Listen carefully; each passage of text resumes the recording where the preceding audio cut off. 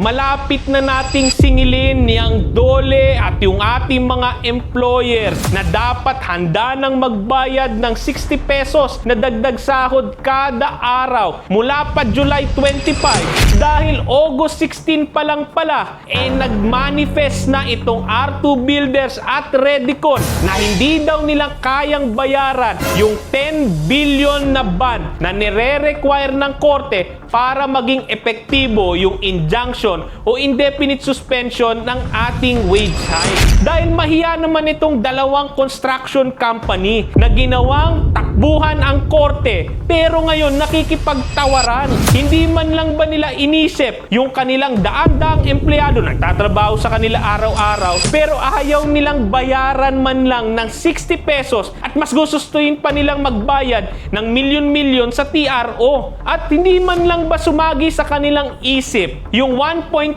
million minimum wage earners at kanilang pamilya na lahat dinamay nila sa kasong ito at inaagawan nila ng bilyon-bilyon sa kanilang aumento sa sahod na naipanalo na natin. Kung kaya't dapat tapusin na itong kasong ito at ibasura na yung injunction. Kaya ngayon pa lang dapat yung ating Department of Labor and Employment ay naghahanda na ng department order na magpapaliwanag at magmamandato dun sa obligasyon ng ating mga employers na ihanda na yung kanilang mga payroll para bayaran yung 60 pesos na dagdag sahod. Hindi lang mula kung kailan malilip yung injunction, kundi mula dun sa effectivity date ng ating wage order na July 25. Dahil ang parusa sa hindi pagbabayad ng dagdag sahod ay hindi lang multa, kundi pagkakakulong.